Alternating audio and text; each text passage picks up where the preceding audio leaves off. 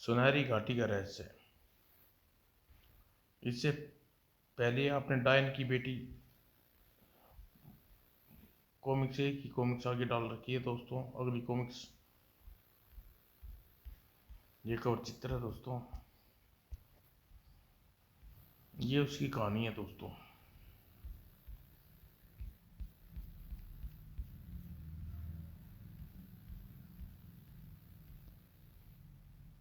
डायन की बेटी। अब आगे बढ़े दोस्तों।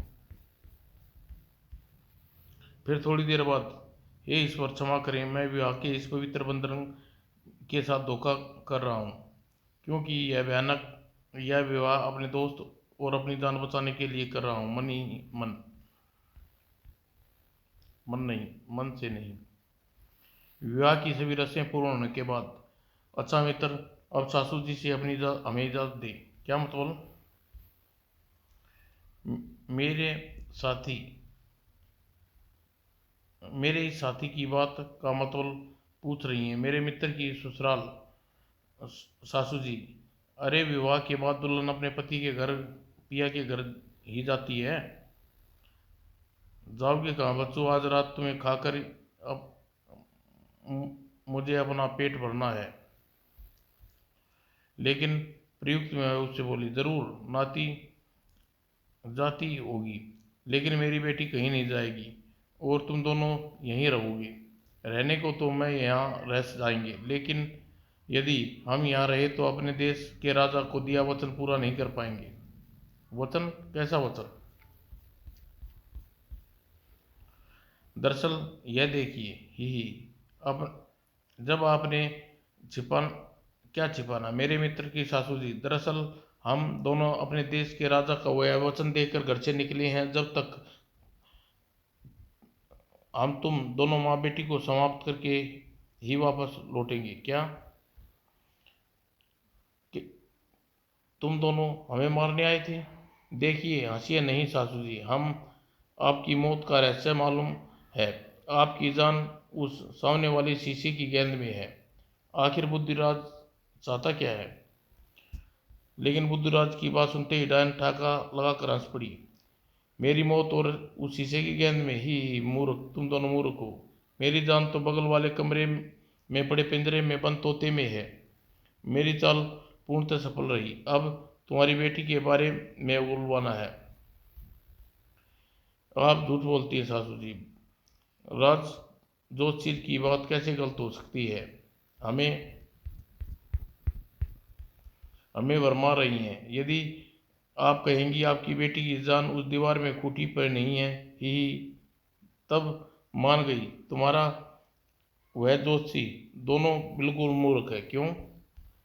क्योंकि उसने यह भी नहीं बताया कि सब गलत बताया। मेरी बेटी की मौत साधारण मनुष्य की तरह है उसकी।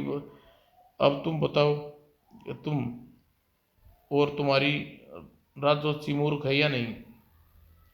यदि आपकी बात सच है तो वाकई राजदोषी महामूर्ख है। अच्छा हुआ हम आपसे रिश्तेदार हो गए, वरना पाखंडी की गलत बातों के चक्कर में हम मुफ्त में मारे जाते। क्यों सासू जी? बिल्कुल ही मूर्ख। अब मुझे तेरी मृत्यु का रहस्य पता लग गया। अब तेरी आज रात तुम दोनों माँ बेटी की आखिरी रात है।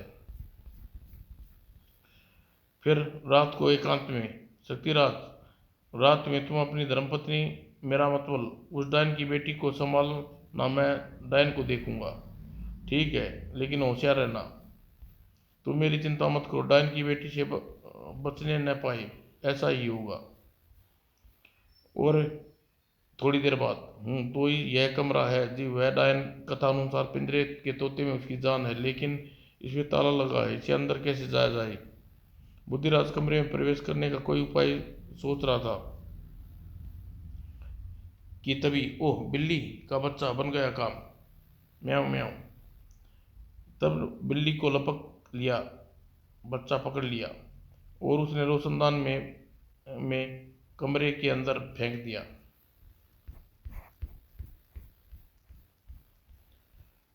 और स्वयं दौड़ता हुआ डायन के कमरे में पहुंचा। गजब हो गया मेरे मित्र की सासू जी, उस तोते वाले कमरे में कोई है जो तोते को पिंजरे से निकालने की कोशिश कर रहा है।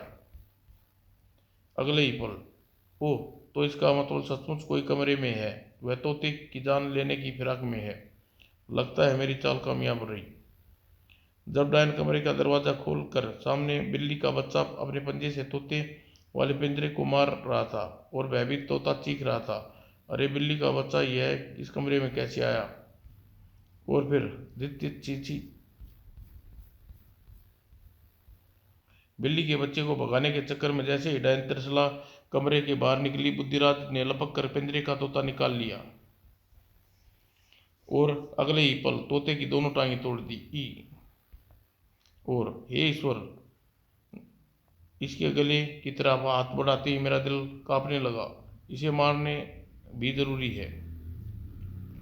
और फिर अपने दिल कड़ा करके जैसे ही शक्तिराज ने अपने डायन की बेटी के गले को हाथ टिकाए, अरे यह तो माँ के चीखने की आवाज़ है, देखती हूँ क्या बात है। फिर माँ की चीखने का कारण जानने के लिए वह दौड़ी। लगता है बुद्धिराज ने डायन को ऐसी तैसी करने में कामयाब हो गया। मुझे भी देर नहीं करनी चाहिए।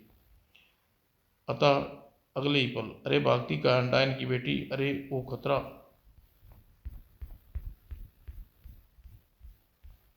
भागती हुई डायन की बेटी के बाल शक्तिराज ने पकड़ लिए। उफ। और अगले ही पल सिर के बाल में धसी लंबी कील, लोहे की कील बाहर निकलकर गिरी। उसके साथ ही यह क्या? आई।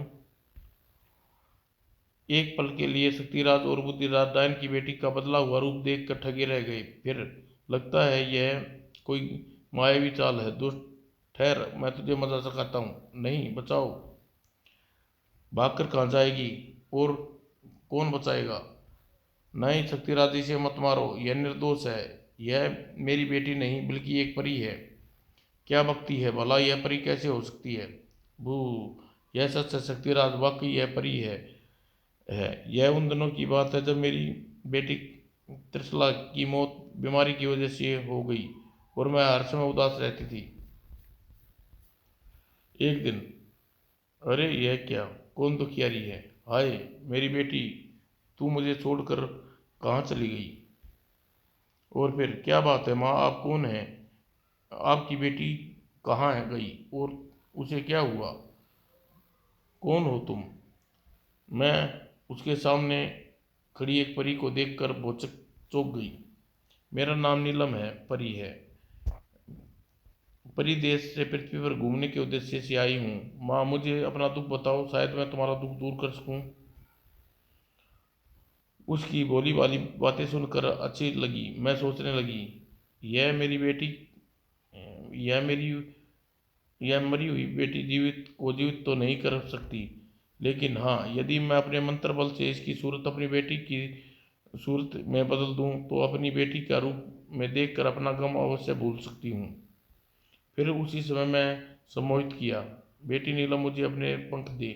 अभी देती हूँ माँ। और पंख लेकर मैंने उसे जला दिया और उसके बाद मैंने सिर पर एक मंत्रित कील ठोक दी, जिससे न केवल इसकी पिछली याददाश्त खो गई बल्कि इसका रूप मेरी बेटी की तरह हो गया।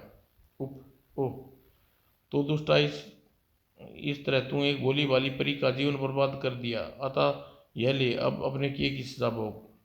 कहने के साथ बुद्धिराज ने तोते की गर्दन दबा दी और इसके साथ ही डायन त्रिशला का अंत हो गया। तब परी रानी अब आज़ाद है, आप चाहे तो अपने देश जा सकती हैं। नहीं, मेरे पंखों के बिना मैं अब अपने देश कैसे जा सकती हूँ? इस फिर परी का नियम है, यदि कोई परी एक रात दूसरे लोक में बिता दे तो वापस पृथ्वी परीलोक को जाने से उसकी मृत्यु दंड दिया जाता है। ओह, देखिए नीलम जी, आप शायद ब्याह मेरे मित्र से डायन की बेटी के रूप में हो चुका है। अतः मेरा ख्याल है कि आप मेरे मित्र को अपना पति स्वीकार कर लेना चाहिए। मुझे स्वीकार है, सच। हाँ मित्र, अब तुम दोनों वापस गांव जाओ और मुझे इजाज़त दो ताकि मैं राजकुमारी चंद्रप्रभा की खोज कर सकूं। क्या मतलब, तुम अकेले ही? हम तुम्हारे साथ साथ राजकुमारी की खोज में चलेंगे। लेकिन नीलम भाभी को साथ लेकर आगे बढ़ना उचित होगा। भैया तुम लोग आपस में क्या बातें कर रहे हो? किसकी तलाश में आगे बढ़ना चाहते हो? मुझे भी कुछ बताओ। भाभी दरअसल हम लोग राजकुमारी चंद्रप्रभा की खोज में निकले थे, जिसे जादूगर कपाली उठा कर ले गया। फिर बुद्धिराज ने शुरू से लेकर अंत तक सारी कहानी सुना दी। उसकी पूरी बात सुनकर नीलम एकाक बड़बड़ाने लगी। काश मैं इस मामले में आप लोगों की मदद कर पाती। पता नहीं वह दुष्ट डायन मेरी चमत्कारी मोती कहाँ रखे होंगे। चमत्कारी मोती? कैसे चमत्कारी मोती? जब मैं परीलोक से पृथ्वी पर आई थी तो मेरे पास कुछ चमत्कारी मोती थे, जिन्हें मुंह में रखने से इंसान का की रूप की भी कामना करे उसका रूप वैसा ही हो जाता है। बुद्धिराज, कहीं नीलम उन्हीं मोतियों का जिक्र तो नहीं कर रही जब डायन और हमें भयानक पक्षी के रूप में उठाकर महल की छत पर लाई थी तो उन दोनों की चोंच से मोती निकल कर गिरे थे? हाँ स्वामी, निसंदेह वही मोती होंगे। कहाँ है वे मोती? यह तो हमें भी नहीं पता, लेकिन मोती अवश्य ही डायन के कमरे में होंगे, सुरक्षित रखे होंगे। आओ देखते हैं। डायन के कमरे में थोड़ी खोज करने के बाद, वाह, यह रहे चमत्कारी मोती। हाँ, हम इन लोग पक्षियों के रूप में राजकुमारी चंद्रप्रभा की खोज करेंगे। और फिर कुछ देर बाद तीनों हंसों के रूप में आकाश में उड़ चले। पता नहीं यह सुनहरी घाटी कहाँ है। वह दुष्ट जादूगरनी कपाली के चुंगल में फंसी राजकुमारी कब तक सुरक्षित है या नहीं। बहुत देर तक राजकुमारी की तलाश में भटकने के बाद थोड़ा विश्राम करने के विचार से एक पेड़ की डाल पर बैठे थे, तभी, स्वामी देखिए, ओह, वह तो कोई महात्मा है जो उस मुसीबत में है। घुर्र। अगले ही पल तीनों नीचे उतरकर चमत्कारी मोती मुंह से निकाले और अगले ही पल शक्तिराज ने वनमानुष से भिड़ गया। गुरु, लेकिन वनवास भी काफी शक्तिशाली था। नहीं, शक्तिराज को एक और उछालने के बाद वनवास भयानक अंदाज में बुद्धि राज और नीलम की ओर बढ़ा। लेकिन तभी शक्तिराज उठा और उसे एक चमत्कारी रोमांचकारी उछाल भरी और पूरी शक्ति के साथ वनवानस से टकरा गया। गो गो। और शक्तिराज ने उस वनवानस पर हावी होता चला गया। जल्दी ही शक्तिराज के हाथों वनवानस की जीवन लीला समाप्त हो गई। वाह, जियो मेरे बब्बर शेर, वाह। स्वामी देखिए, बाबा शायद तकलीफ में है। अरे महात्मा जी, आप कोई बुरी तरह घायल हैं। बेटा चिंता की कोई बात नहीं, बुढ़ापे की चोट है, इसलिए दर्द बर्दाश्त नहीं हो रहा। लेकिन बेटा, पास में मेरी झोपड़ी है, तुम मुझे वहाँ ले चलो। वहाँ जड़ी बूटी है जो मुझे तुरंत आराम पहुँचा देगी। अवश्य महाराज, हम आपको आपकी झोपड़ी तक पहुँचा देते हैं। और फिर महाराज को झोपड़ी तक पहुँचाकर उनके द्वारा जड़ी बूटी द्वारा उनका इलाज किया। बाबा जी, अब आपकी तबीयत कैसी है? बेटी, अब मैं अपने आप को आरामदेह स्थिति में महसूस कर रहा हूँ और तुम लोग की सेवा से काफ़ी प्रसन्न हूँ। लेकिन तुम लोग बियाबान जंगल में क्या कर रहे हो? तुम्हारा परिचय क्या है? महात्मा जी, हम राजकुमारी चंद्रप्रभा की तलाश में भटक रहे हैं, जिसे जादूगर कपाली उठा लेगा। शायद सुनहरी घाटी में रहता है। इस तरह बुद्धिराज अपना वह उन दोनों का परिचय दिया। पूरी कहानी सुनकर बाबा बता दी तो पूरी बात सुनकर, ओह, मुझे दुख है बच्चों, मैं तुम लोगों की कोई मदद नहीं कर सकता। हाँ, कभी मेरे गुरु बुद्धिनाथ जी ने बताया था कि सुनहरी घाटी यहाँ से उत्तर दिशा की ओर है। एक दिन पैदल यात्रा करने के बाद उस विशाल समुद्र को पार करने के बाद आती है, लेकिन वह समुद्र पार करने का साधन नहीं है। धन्यवाद बाबा जी, आपके आपने हमें सुनहरी घाटी का पता बताकर हम पर बड़ा उपकार किया है। हम उस चमत्कारी मोती की मदद से उस सुनहरी घाटी तक पहुंच जाएंगे। तीनों रात को महात्मा की झोपड़ी में ठहरे और सुबह होते ही तीनों महात्मा से विदा लेकर पुनः अंशों के रूप में उत्तरी दिशा की ओर बढ़ गए। ईश्वर तुम लोगों का उद्देश्य सफल करे। काश बाबा के अनुमान अनुसार हम सुनहरी घाटी पहुंचकर उस जादूगर के चुंगल से राजकुमारी को बचा सके। कुछ देर बाद, शक्ति, वह देखो नीचे समुद्र। हाँ, हम महात्मा जी के बताए अनुसार ठीक दिशा में बढ़ रही हैं। स्वामी आकाश में उड़ते हुए काफ़ी थक गई चुके हैं और हम सूर्य की गर्मी से झुलसा रहे हैं, अतः हम मछली के रूप में समुद्र को पार करें। वाह भाभी, क्या विचार प्रकट किया है, मज़ा आ गया। इसी बहाने आज कुछ दिन बाद स्नान भी हो जाएगा। और अगले ही पल तीनों सुंदर सुनहरी मछलियों के रूप में समुद्र के रास्ते से उतर कर आगे बढ़े। वाह, कितना अच्छा लग रहा है। और कुछ आगे बढ़े थे ही, अरे यह क्या, अरे बुद्धिराज, बचो खतरा। लेकिन इससे पहले बुद्धिराज अपना बचाव में कुछ सोच पाता राक्षस एक जोर से श्वास खींची। अगले ही पल मछली रूप बुद्धिराज जल राक्षस के मुंह की में था। बुद्धिराज भैया, उप अब क्या किया जाए, कैसे बचाऊं अपने मित्र को। जबकि बुद्धिराज विशाल काय जल राक्षस के पेट में पहुंच चुका था। उप इतनी दुर्गंध, यहाँ जल्दी ही बाहर न निकला तो मारे दुर्गंध की मेरा दम घुट जाएगा। फिर वह जल राक्षस के पेट से बाहर निकलने का उपाय सोचने लगा। वाह, चमत्कारी मोती मुंह में है। अगर मैं किसी बड़े जानवर का आकार पालूं तो यह राक्षस का पेट फट जाएगा और स्वतंत्र हो जाऊंगा। वह मछली बने बुद्धिराज ने हाथी का रूप की इच्छा की और अगले पल बुद्धिराज हाथी का रूप धारण किया और जल राक्षस का पेट फूलने लगा। अरे यह क्या, अचानक क्या हुआ।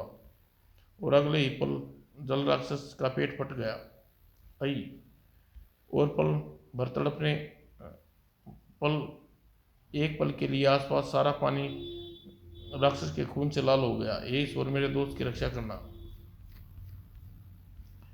और जब पानी साफ हुआ, अरे समुद्र में हाथी कहाँ से आ गया। अरे स्वामी, लेकिन ये तो डूब रहा है।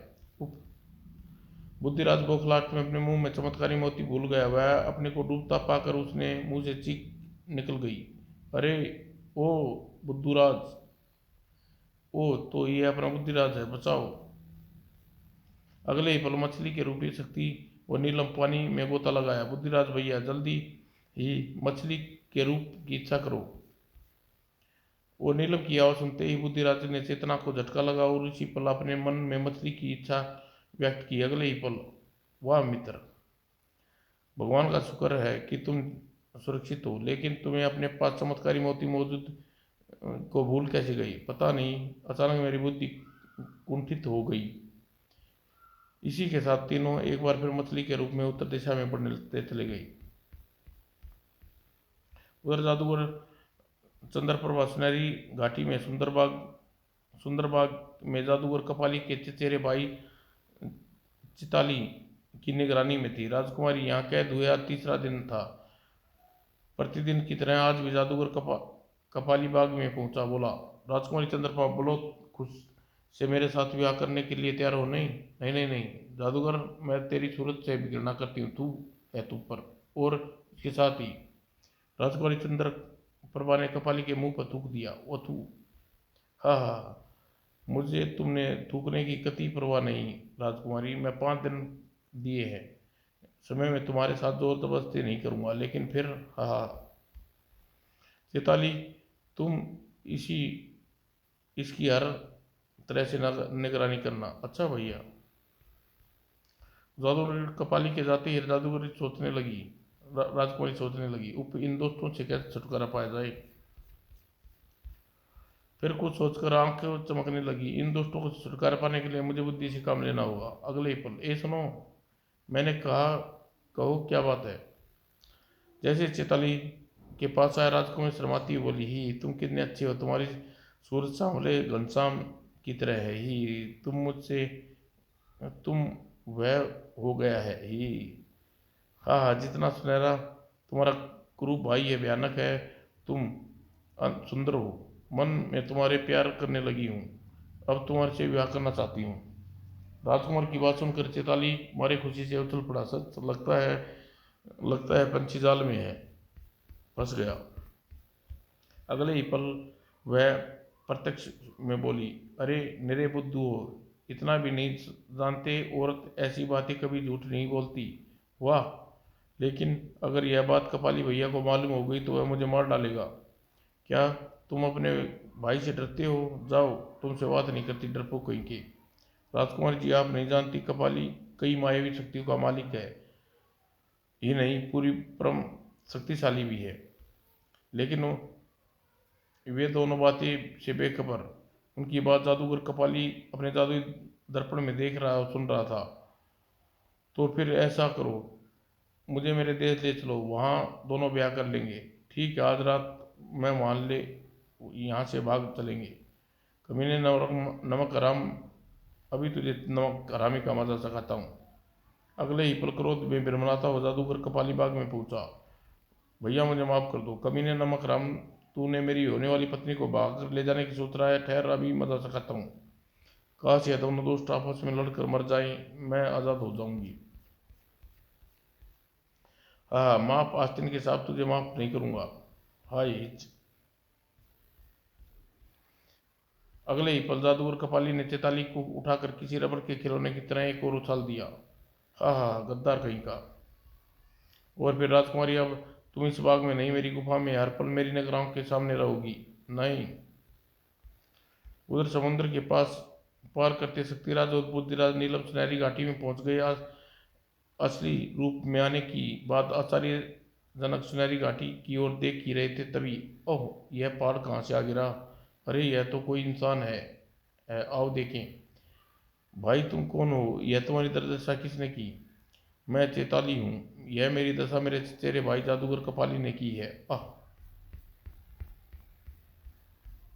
लेकिन क्यों। तो इसका मतलब हम सही जगह पहुंचे हैं, क्योंकि राजकुमारी चंद्रप्रभा, उसने ब्याह नहीं करना, मुझसे ब्याह करना चाहती थी। आह, इसी के साथ चेताली ने उन्हें पूरी बात बता दी। ओह, राजकुमारी तुम्हें मूर्ख बना, तुम ब्याह करेगी। ओ, इसका मतलब तुम्हारा चचेरा भाई बड़ा दुष्ट है। तुम हमें उसका पता बताओ, हम उसे मारकर राजकुमारी को उसके चंगुल से आज़ाद कर कर तुम्हारे पास ले आएंगे।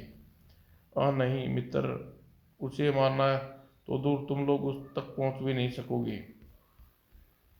लेकिन क्यों। क्योंकि वह सुनहरी घाटी की जिस गुफा में रहता है, गुफा का एकमात्र रास्ता एक मास्टर सुरंग है। और उस सुरंग में हर समय आग का एक दरिया सा बहता रहता है। जिस समय मेरे भाई को वह गुफा में रहता जाना होता है, वह गुफा से बाहर निकलना होता है, तो वो अपने जादू के जोर से उस आग के दरिया को ठंडा कर देता है। उसकी गुफा में लटके एक पिंजरे में बंद एक मुर्गे में उसकी जान है। अब तुम बताओ, क्या कपाली को मारना संभव है। यह असंभव तो संभव कर दिखाएंगे प्यारे लाल। अब तुम यहीं आराम करो। और शक्तिराज, हम लोग फिर भी हंसों के रूप में जादूगर की गुफा पर तक चलेंगे। ठीक है, चलो। तीनों चमत्कारी मोती मुंह में रखे और अगले ही पल हंस के रूप में आकाश में उड़ चली। आश्चर्य और सिर थी, लगता है यही वही सुरंग है जिसके अंदर बनी हुई गुफा वह जादूगर रहता है। हाँ चेताली, कथन अनुसार यही सुरंग होनी चाहिए। सुनो शक्ति, यह चेताली का रूप धारण कर उस जादूगर को ललकारो। तुम्हारी ललकार सुनकर जैसे ही वह आग को ठंडी कर कर बाहर आएगा, मैं और नीलम भाभी छोटी सी चिड़िया के रूप में गुफा में प्रवेश कर जाएंगे। और फिर इसी के साथ अंशरूपी बुद्धिराज शक्तिराज व नीलम को अपनी योजना समझाने लगा। फिर, अरे ओ दुष्ट कपाली, बाहर निकल, आज मैं तुम्हें अपने अपमान का बदला लूंगा। हे प्रभु, इसकी रक्षा करना। उधर, दुष्ट कपाली बाहर निकल। क्या चेताली अभी तक जिंदा है। ठहर, अभी मजा सिखाता हूँ। अगले ही पल, आह, आग आग बुझ गई। लगता है जादूगर बाहर आ रहा है। भाभी, लगता है जादूगर गुफा से बाहर आ रहा है। आग बुझ चुकी है, हमें जल्द ही सुरंग पार कर लेनी चाहिए। ठीक है, चलो। और फिर, ओ तो जादूगर ओ तो यह है जादूगर कपाली। मूर्ख चेताली, तेरी यह मजाल मेरे द्वारा पर आकर मुझे ललकारे गुफा के बाहर। मूर्ख, लगता है तू किसी तरह बच गया, लेकिन अब तुझे छोड़ूंगा नहीं। देखता हूँ कौन किसे नहीं छोड़ेगा। जादूगर सुरंग से बाहर आते ही सुरंग में फिर आग का दरिया बहने लगा। जादूगर कपाली और शक्ति राज आपस में भिड़ गई।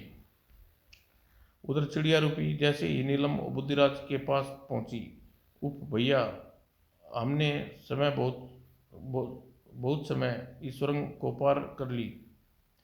हमने बहुत समय पर सुरंग को पार कर ली, वरना। हाँ भाभी। राजकुमारी चंद्रप्रभा भी आश्चर्यचकित उन दोनों बोलती चिड़िया को देख रही थी कि तभी चिड़िया की चोंच से मोती बाहर गिरे। अगले ही पल, यह कौन हो तुम?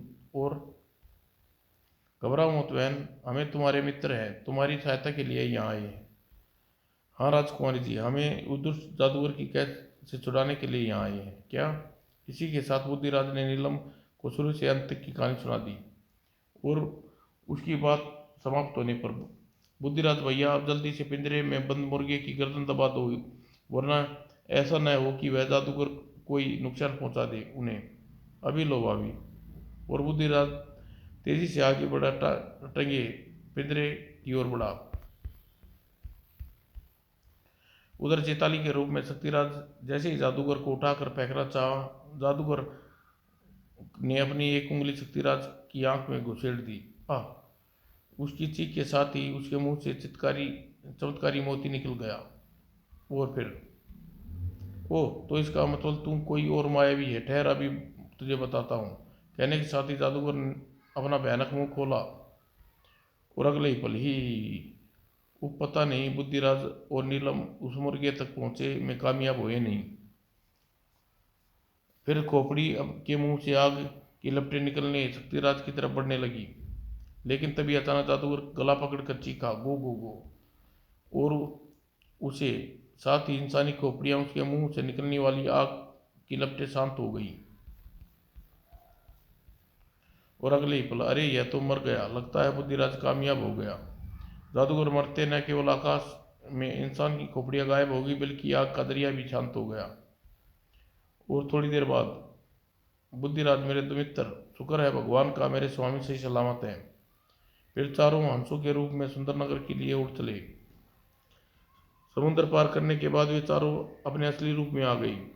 हे समुद्र देवता, ये चमत्कारी मोती हम इंसानों के पास रहने वाली वस्तु नहीं, हम तुम्हें सौंपते हैं। कहने के साथ ही बुद्धिराज ने सारे चमत्कारी मोती समुद्र में फेंक दिए और पैदल ही सुंदरनगर की ओर चल पड़े। जब वे चारों सुंदरनगर पहुंचे तो राजा विजयदत्त, वहां की प्रजा, उनका खूब स्वागत किया। और फिर कुछ ही दिन बाद राजकुमारी विधिवती, राजकुमारी चंद्रप्रभा और बुद्धिराज के साथ नीलम व शक्तिराज के साथ साथ कर दिया।